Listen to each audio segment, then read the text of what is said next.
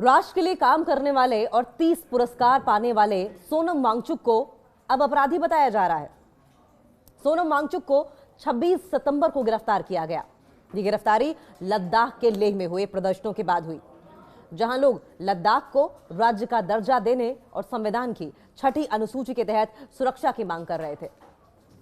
इन प्रदर्शनों के दौरान कुछ जगहों पर प्रोटेस्ट हुए। प्रोटेस्ट हिंसा में भी तब्दील हो गए थे। सोनम वांगचुक एक सामाजिक कार्यकर्ता हैं जो हमेशा हिंसा के खिलाफ बोलते रहे हैं। उन्होंने देश के लिए किए गए कामों के लिए 30 से ज्यादा पुरस्कार भी जीते हैं और इसके बावजूद अब उन्हें क्रिमिनल की तरह पेश किया जा रहा है, उन्हें अपराधी की तरह पेश किया जा रहा है।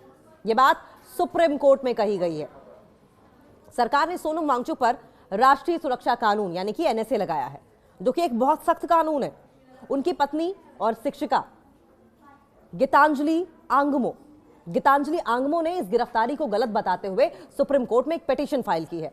उन्होंने एक याचिका डाली और उनकी ओर से वरिष्ठ वकील कपिल सिब्बल ने अदालत में कहा कि सरकार जिन वीडियो का इस्तेमाल सोनम वांगचुक को दोषी साबित करने के लिए कर रही है, वे वीडियो बचाव पक्ष को नहीं दिए गए हैं। कपिल सिब्बल ने कहा कि कानून के मुताबिक किसी भी व्यक्ति को हिरासत में लेने के पूरे कारण उसे बताए जाने चाहिए। अगर ऐसा नहीं किया गया तो हिरासत का आदेश गलत माना जाता है। यह बात संविधान के अनुच्छेद 25(5) में साफ साफ लिखी हुई है। उन्हें आगे ये भी लिखा कि हिरासत के आदेश में लिखा गया है कि अगर सोनम वांगचुक को जेल में नहीं रखा गया तो सार्वजनिक व्यवस्था बिगड़ सकती है और सुरक्षा को खतरा हो सकता है। सरकार का मकसद उन्हें आगे कोई आंदोलन या गतिविधि करने से रोकना है। कपिल सिब्बल ने यह भी बताया कि सोनम वांगचुक ने 10 सितंबर को भूख हड़ताल शुरू की थी। भूख हड़ताल के 15वें दिन कुछ जगहों पर हिंसा हुई, जिससे कि वो बहुत दुखी हुए और इसके बाद उन्होंने 24 सितंबर को अपनी भूख हड़ताल तोड़ दी और लोगों से हिंसा बंद करने की अपील की। वकील ने सोनम वांगचुक के इस फैसले की तुलना महात्मा गांधी से की है।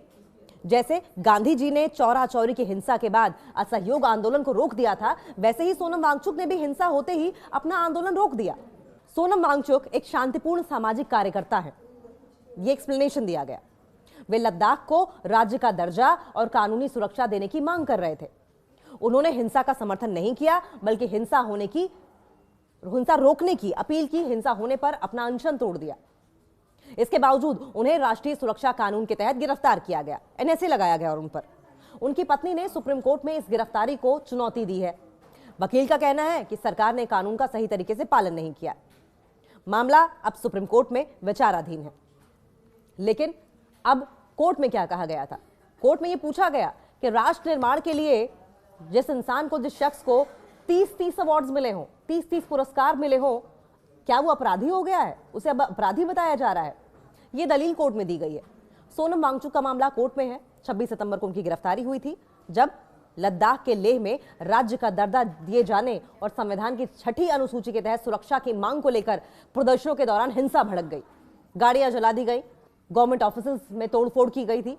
हिंसा के खिलाफ हमेशा आवाज उठाने वाले, राष्ट्र निर्माण के लिए 30 पुरस्कार प्राप्त कर चुके सामाजिक कार्यकर्ता सोनम वांगचुक को अब अपराधी के रूप में पेश किया जा रहा है और यह बात सुप्रीम कोर्ट को बताई गई।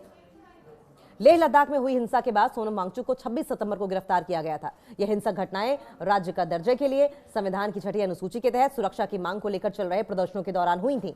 वांगचुक पर कठोर एनएसए लगाया गया। एनएसए के तहत मामला दर्ज किया गया। उनकी पत्नी और शिक्षाविद गीतांजलि आंगमो ने उनकी हिरासत को अब चैलेंज किया है और अब उन्होंने सीधा सुप्रीम कोर्ट का रुख कर लिया, जहां पर ये इंपॉर्टेंट बातें कही गई हैं। कोर्ट से पूछा गया है, कोर्ट में दरअसल ये बात रखी गई है कि जिस इंसान को राष्ट्र के निर्माण के लिए 30 पुरस्कार मिले हों, वो इंसान अपराधी कैसे हो सकता है? और अगर अपराधी ठहराया जा रहा है तो उसके पीछे क्या वजह है? क्या कोई साजिश है? और इसी पर वरिष्ठ अधिवक्ता, senior lawyer, advocate Kapil Sibal ने कहा कि अभियोजन पक्ष जिन वीडियोज का हवाला देकर वांगचुक की हिरासत को सही ठहराने की कोशिश कर रहा है, ये हमें उपलब्ध नहीं कराए गए हैं।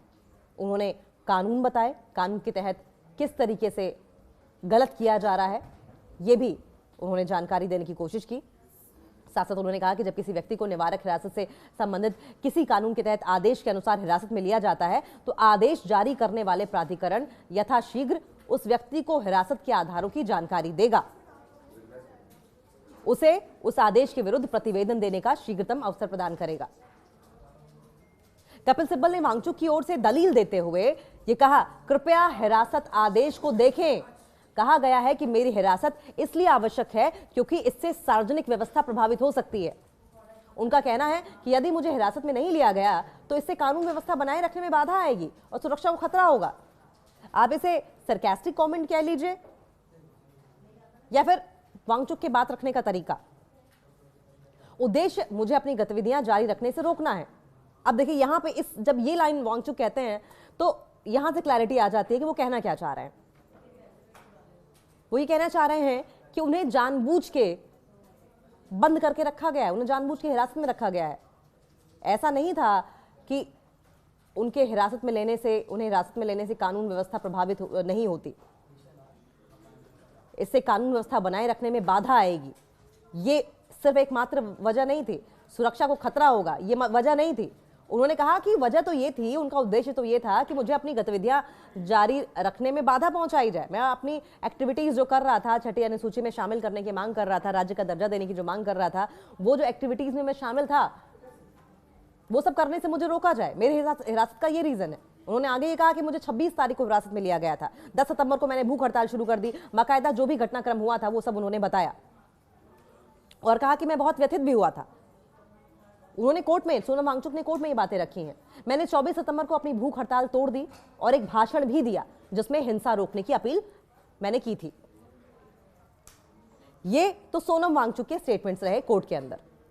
सरकार का मकसद उन्हें आगे कोई आंदोलन या गतिविधि करने से रोकना है। कपिल सिब्बल ने यह भी बताया कि सोनम वांगचुक ने 10 सितंबर को भूख हड़ताल शुरू की थी। भूख हड़ताल के 15वें दिन कुछ जगहों पर हिंसा हुई जिससे कि वो बहुत दुखी हुए और इसके बाद उन्होंने 24 सितंबर को अपनी भूख हड़ताल तोड़ दी और लोगों से हिंसा बंद करने की अपील की। वकील ने सोनम वांगचुक के इस फैसले की तुलना महात्मा गांधी से की है। जैसे गांधी जी ने चौरा चौरी की हिंसा के बाद असहयोग आंदोलन को रोक दिया था, वैसे ही सोनम वांगचुक ने भी हिंसा होते ही अपना आंदोलन रोक दिया। सोनम वांगचुक एक शांतिपूर्ण सामाजिक कार्यकर्ता है, ये एक्सप्लेनेशन दिया गया। वे लद्दाख को राज्य का दर्जा और कानूनी सुरक्षा देने की मांग कर रहे थे। उन्होंने हिंसा का समर्थन नहीं किया बल्कि हिंसा रोकने की अपील की। हिंसा होने पर अपना अनशन तोड़ दिया। इसके बावजूद उन्हें राष्ट्रीय सुरक्षा कानून के तहत गिरफ्तार किया गया, एनएसए लगाया गया और उन पर। उनकी पत्नी ने सुप्रीम कोर्ट में इस गिरफ्तारी को चुनौती दी है। वकील का कहना है कि सरकार ने कानून का सही तरीके से पालन नहीं किया। सामाजिक कार्यकर्ता के वकील कपिल सिब्बल, उनकी भूख हड़ताल समाप्त करने के फैसले की तुलना उन्होंने दोबारा महात्मा गांधी से की और कहा कि असहयोग आंदोलन को रोकने के फैसले का जिक्र करते हुए उन्होंने सीधे महात्मा गांधी के एक्शन को सोनम वांगचुक के एक्शन से और उनके कैंपेन को भी इसी से जोड़ दिया।